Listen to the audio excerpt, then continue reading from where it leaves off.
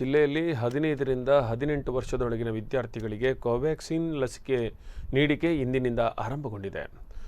ಉಡುಪಿ ಜಿಲ್ಲೆಯ ನಿಟ್ಟೂರು ಪ್ರೌಢಶಾಲೆಯಲ್ಲಿ ಈ ಒಂದು ಕಾರ್ಯಕ್ರಮಕ್ಕೆ ಚಾಲನೆ ನೀಡಲಾಗಿದೆ.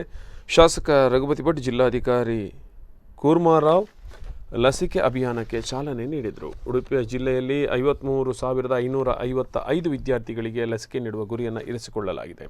ಕೇವಲ ಶಾಲಾ ವಿದ್ಯಾರ್ಥಿಗಳಿಗೆ ಮಾತ್ರವಲ್ಲದೆ ಶಾಲೆಯಿಂದ ಹೊರಗುಳಿದ 15ರಿಂದ 18 ವರ್ಷದ ಮಕ್ಕಳಿಗೂ ಈ ಒಂದು ಲಸಿಕೆ ಲಭ್ಯವಾಗಲಿದೆ.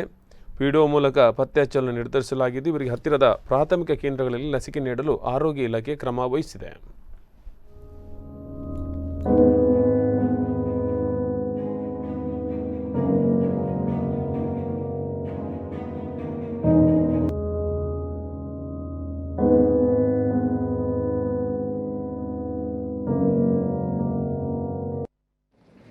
ಇನ್ನೂ ಸಂಖ್ಯೆಗಳು ತುಂಬ ಜಾಸ್ತಿ ಆಗಿದೆ, ಮಾಡ್ಬೋದು. ಆದರೆ ನನ್ನ ಪ್ರಕಾರ ಮಾಡಲಿಕ್ಕಿಲ್ಲ. ಮಾಡಬೇಕಾ ಬೇಡವಾ? ನಾನು ಬೇಡ ಅಂತ ಹೇಳ್ತೇನೆ. ನಾನು ಯಾವಾಗ ಬಗ್ಗೆ ಇದನ್ನು ಮಾಡಬಹುದು ಅವಶ್ಯಕತೆ ಇಲ್ಲ ಅಂತ ಹೇಳ್ಬೋದು. ಈಗ ಒಂದೇನು ಅಂದರೆ, ಈಗ ನಂಬರ್ಸ್ ಜಾಸ್ತಿ ಆದರೂ ಸಿವಿಯರಿಟಿ ಇಲ್ಲ. ಹೋದ ಸರ್ತಿ ನಮ್ಗೆ ಸಮಸ್ಯೆ ಆದದ್ದು ಅಂದರೆ ಎಲ್ಲ ಸಿವಿಯರಿಟಿ, ಎಲ್ಲರೂ ಹಾಸ್ಪಿಟಲೈಸ್, ಎಲ್ರಿಗೂ